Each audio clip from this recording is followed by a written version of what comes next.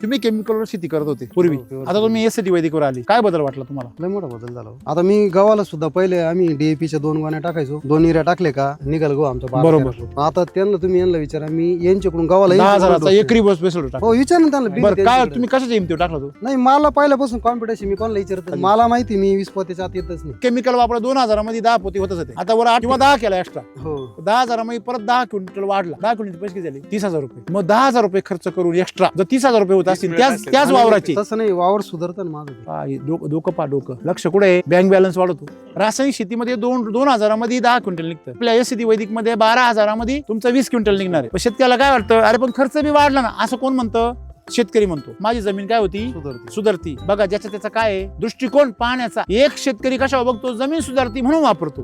एक शेतकरी कशा करता वापरतो, उत्पन्न वाढणारे म्हणून वापरतो. आणि एक शेतकरी का वापरत नाही, काय म्हणजे खर्च वाढवतो म्हणून वापरत नाही. कोण याच्यामध्ये कंगाल, कोण आहे कंगाल? जो खर्चावर लक्ष देतो. तुम्ही ज्याच्यावर नजर ठेवणार आहे तुम्हाला तेच मिळणार आहे. म्हणजे एसटी वैदिकवर तुम्ही जमीन काय करू शकता, सुपीक, ही ताकद त्यांना कळाली.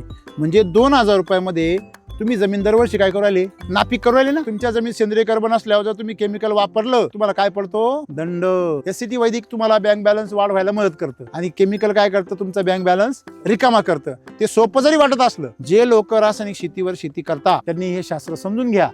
ते काय करताय, एटीएम मधले पैसे काढताय, जे कधीतरी काय होणार आहे, संपणार आहे. आणि ते तुम्हाला कळलं, ह्या मुलाला कळलं की आईचा बँक बॅलन्स आपण वाढवायचा असतो. बरे आपल्याला कष्ट जास्त लागले, भांडवल जास्त लागलं तरी चालेल. इतर शेतकऱ्यांच्या तुलनेमध्ये खर्च जास्त दिसतो तुमचा, जास्त आहे बरोबर. परंतु तुम्ही आज फायदा म्हणला नव्हत्या दिवशी 1 एकरात 12,000चा माल घेऊन आला म्हणे, असं गहू किती होणार आहे, 10. असा हा काय पिकवणार आहे बघा. तेच झालं. हा तेच झालं.